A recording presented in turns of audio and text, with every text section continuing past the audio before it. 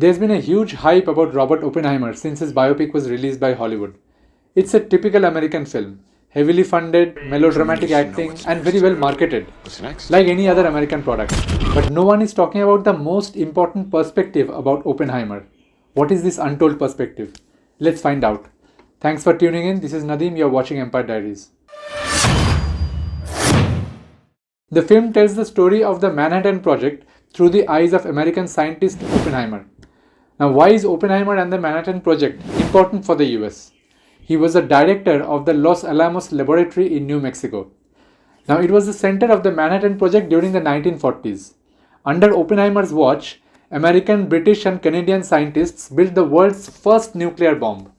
And under Oppenheimer's watch, the first ever nuclear test was carried out in the US. It was called the Trinity Test. The reality is that the film is nothing but a Hollywood PR project. It tries to market American heroism. It tells audiences that making the first nuclear bomb was a brave mission that only the Americans could do. That is what the hype is all about. American muscle power. Who built the first atom bomb? We did it, thanks to Mr. Oppenheimer, our great scientist. And they chose popular director Christopher Nolan to make the product exciting to watch. To use Pentagon critic Noam Chomsky's words, the film is a classic case of manufacturing consent. It is fake PR created by the US government and the US defense establishment using Hollywood. You see, people all over the world love Hollywood. So Hollywood is the most persuasive way to tell people that Oppenheimer should be celebrated. Let's truthfully look at Oppenheimer's real contribution. What was the Manhattan Project actually for? The truth is, it was nothing but a terrorism project. No, it's not a surprising statement. The project used $25 billion in today's currency value and it employed 130,000 people. For what? To create killer atomic bombs. Bombs that are dangerous for the entire human species. Bombs that wiped out the populations of Hiroshima and Nagasaki. Once the Manhattan Project was ready with its first atomic bomb, it conducted the Trinity Test on 16th July 1945 in a desert in New Mexico. It was the first ever nuclear test. Watch US President Harry Truman's arrogance and joyfulness when he was announcing the Hiroshima terror attack. He was grinning, laughing and proud. Watch it.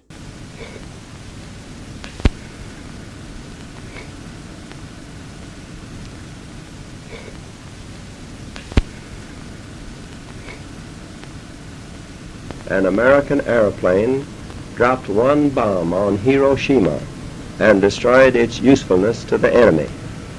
That bomb has more power than 20,000 tons of TNT. The Japanese began the war from the air at Pearl Harbor. They have been repaid many-fold, and the end is not yet. With this bomb, we have now added a new and revolutionary increase in destruction. This is the actual legacy of Oppenheimer and the Manhattan Project. Isn't Harry Truman guilty of approving the world's biggest terror attacks in terms of number of casualties? As a high-profile scientist, Oppenheimer helped America build a killer weapon that can annihilate the entire human race. It doesn't matter that later on in life he campaigned against a nuclear arms race and was sacked by the US government from atomic projects. The misdeed was already done by then. If Oppenheimer really feared a nuclear arms race, he should have resigned from the Manhattan Project, isn't it? Before the bombs were created. Let American, British and Canadian moviegoers celebrate his biopic. But should the Japanese, should the Indians, should the rest of the world celebrate a positive film on his life? Forget the hype surrounding the movie. In May this year, Japan happily hosted a G7 summit at Hiroshima. Showing no sense of self-respect, Japanese Prime Minister Fumio Kishida was all smiles as he welcomed Joe Biden, Rishi Sunak and Justin Trudeau among others. Kishida forgot that Biden, Sunak and Trudeau represent the three countries that carried out the terror attacks on Hiroshima and Nagasaki. Coming back to Oppenheimer, to celebrate this film is to insult the lakhs of innocent people who were burned to death by the nuclear blasts.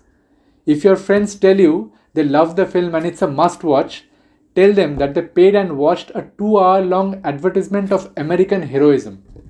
We are not advising you to boycott the film. Rather, if you happen to watch the film, closely notice the tone and style of US propaganda.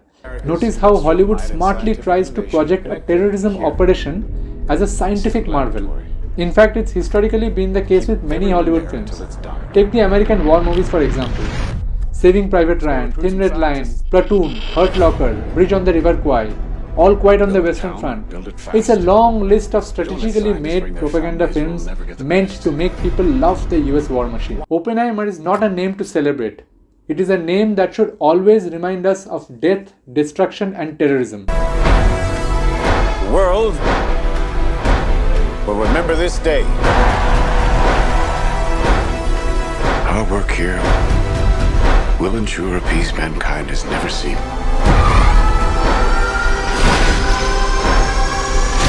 Until somebody builds a bigger one. Thanks for watching. Subscribe to our YouTube channel for more such special reports. Remember to press the bell icon so that you get notified whenever we publish a report. Follow us on Facebook and Twitter. You can also visit empirediaries.com and check out our New Look website. Stay tuned, stay informed, and think critically.